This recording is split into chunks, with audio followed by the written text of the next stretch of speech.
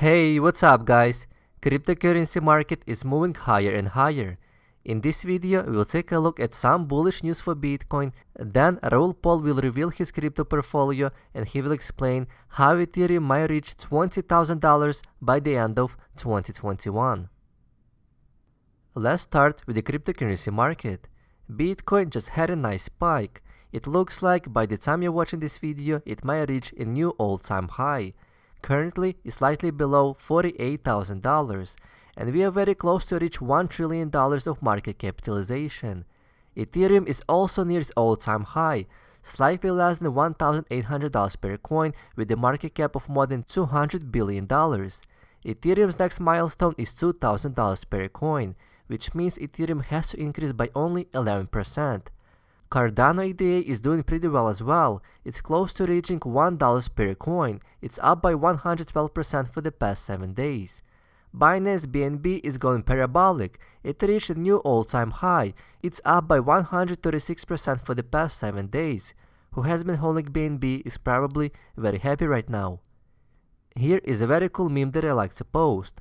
Bitcoin smashes one all-time high after another. It killed 44k, then 45k, then it killed 46k, then 47k, then 48k, and now it's knocking at $49,000. We are very close to reach $50,000 milestone. Let's continue in this pace. Here it's actually some positive Bitcoin news that comes from legacy finance. America's oldest bank, Bank of New York Mellon, now will custody Bitcoin for their clients. The custody bank said today it will hold, transfer and issue Bitcoin and other cryptocurrencies on behalf of its asset management clients. In time, BNY Mellon will allow those digital assets to pass through the same plumbing used by managers. But wait, here we have even bigger news. Kenya's central bank explores using Bitcoin to fight depreciating shilling. Shilling is their national fiat currency, those who are confused. This is what was said by the central bank. Our decision to shift to Bitcoin is both tactical and logical. Our currency has always been a punching bag for IMF, which always claims that Kenyan shilling is overvalued. This has led so much pressure on Kenyan shilling, and this has negative effect on the economy. We are losing too much simply because someone at IMF woke up on the wrong side of the bed. Bitcoin will put the end to this. Well, great job by Kenya's central bank. This is exactly how I imagine the progression adoption among bigger banks will start. First, smaller countries with a faster depreciating currency, then consequently we will go all the way till ECB and eventually the Fed. Let's move on to this cool chart. What we have here is this yellow line that represents Bitcoin addresses with at least 6.15 BTC in it.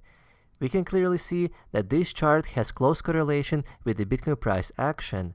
6.15 BTC at the current price, that would be at around $290,000.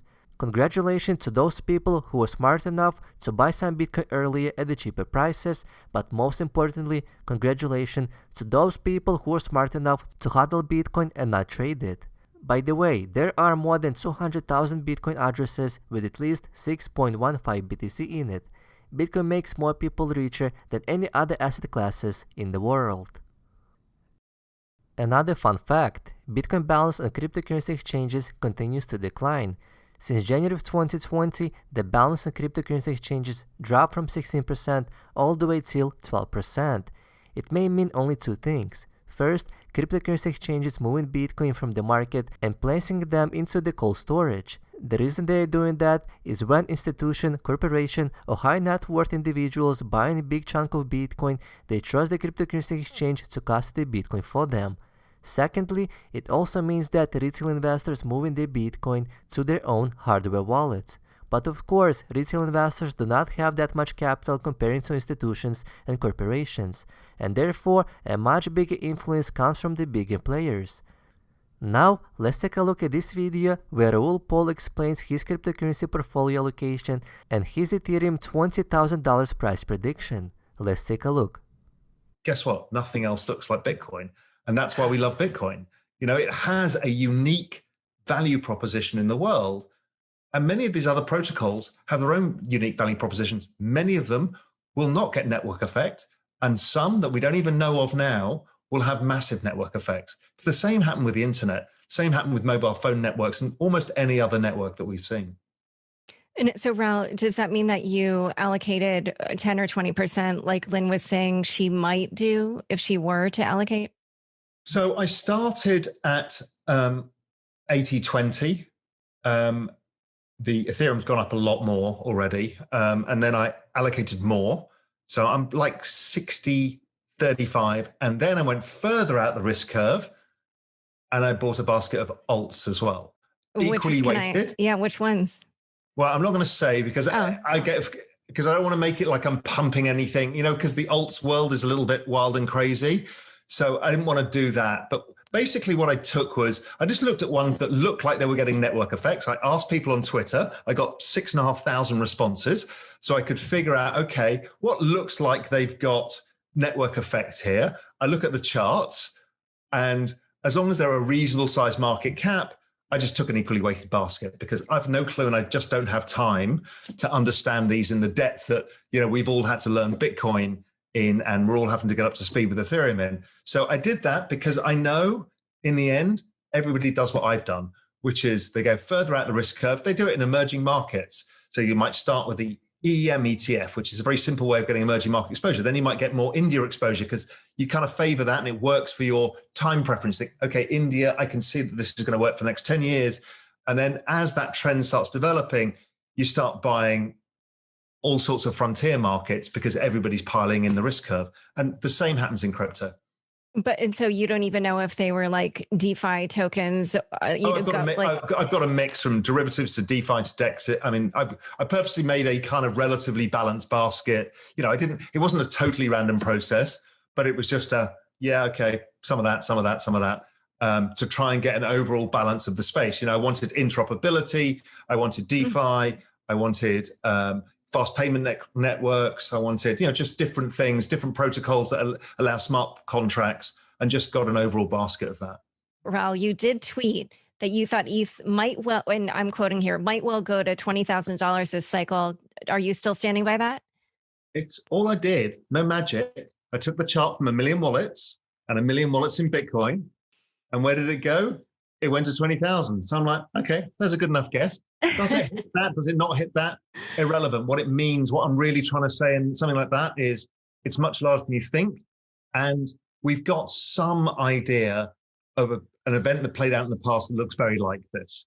And, people like me love a bit of a historical chart pattern, even though I said this whole new space exciting. But when you've got something that's so highly correlated, it's like, okay, this is interesting. That sounds a sensible target. And I know it sounds nonsensical to many, but because nobody can think in exponential terms, we're just incapable as humans to think. I spoke to Mark Yusko earlier. He said, and he had and again, I don't know if his maths is dead right, but just take it as roughly. He said, I can walk 20 paces and go across my office. Linear paces. If I take 20 exponential paces, I go around the world 3 times. That's why we cannot think in exponential terms. It's hilarious. Humans just can't do it because we don't think that way. I like that. That's a great quote. And so whether Mark's maths is right or not, I don't know. But, he's going to be. Maybe I'll try to find somebody to fact check that. Yeah, exactly. I'm sure we can find something. That's like Jeff Booth's thing where he always points out that if you fold a paper 50 times, if you ask people how big do you think it is, and people say, I don't know, like 3 feet, and you're like, no, it's to the sun. Like it's, and after like fold 37, like you're already to the moon. Like the math gets silly once you get out far enough. Yeah. Wow. Okay. So Lynn, what would be your price prediction for ETH by end of year? I don't have a strong opinion on that, but I think that because the concern is if you were watching in 2017, you gave a price prediction on any of them in early 2017, they probably would have all undershot what happened in 2017. And so, but I think Raoul's approach, or just kind of looking at historical price and seeing what happens, I think makes sense. And it's part of the reason why I got so bullish on Bitcoin about a year ago, is because I said, look, every time there's a halving, this happens. And so I'd rather take the bet as a certain allocation, because even though I don't have a specific price target, it's almost like you're embarrassed to say what you think the actual price target is. You're like, if it's sitting in there at like 7,000, you want to be like, I think it might go to 100,000, but like, as I was like, so even then when I kind of made my Bitcoin argument, I didn't give a price target other than I thought it's well north of here, and I kind of gave like a really big range of outcomes that like starts at like 30,000 and it goes up from there.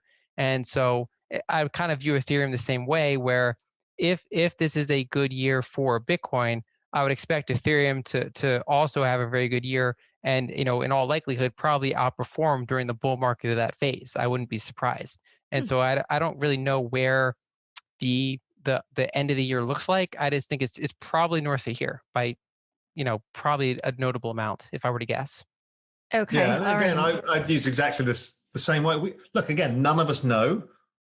Exponential assets are really hard. Not any of us, not a single person on earth would have guessed how big Amazon got or its share price. None of us would. Right. So we're going to undershoot some years and we're going to wildly overshoot other years trying to figure this stuff out. And again, who knows? Raoul Pal started with 80-20 allocation, the same as I did. However, Ethereum went up much higher than Bitcoin. Now he has 60% in Bitcoin, 35% in Ethereum, and 5% in altcoins. He did not disclose his altcoin positions, but is probably the majority of altcoins from top 20 cryptocurrencies at thecoinmarketcap.com, such as Cardano, Chainlink, Polkadot, and so on. My current portfolio allocation is 71% Bitcoin, 27% Ethereum, and 2% altcoins. Also, Raoul Pal explained a bit his Ethereum price target. He still believes Ethereum might reach $20,000 by the end of the year based on the wallet extrapolation. Yes, indeed, Ethereum has a great network effect. Ethereum community is very large. Ethereum powers more than 30 billion worth of stablecoins, and it attracts the most talented developers in the space. Ethereum has the largest annualized revenue based on the fees. It's a great thing for Ethereum validators. It may not be the best thing for consumers, but they choose to pay those fees because they trust Ethereum network. As network effect increases, price eventually will follow. Another very cool fun fact about Ethereum network effect, that is, network effect right now is 3 times bigger than it was back in 2017. But Ethereum coin is only trading at $1,800 while it reached $1,400 back in 2017. This may further indicate that Ethereum is undervalued. If Ethereum right now would be worth 3 times more than it was back in 2017, then the price of the single ETH would be more than $4,200 a coin. Will Ethereum reach $20,000 by the end of 2021? It's definitely possible, especially if Bitcoin may reach $200,000, then Ethereum can easily reach $20,000 by the end of the year.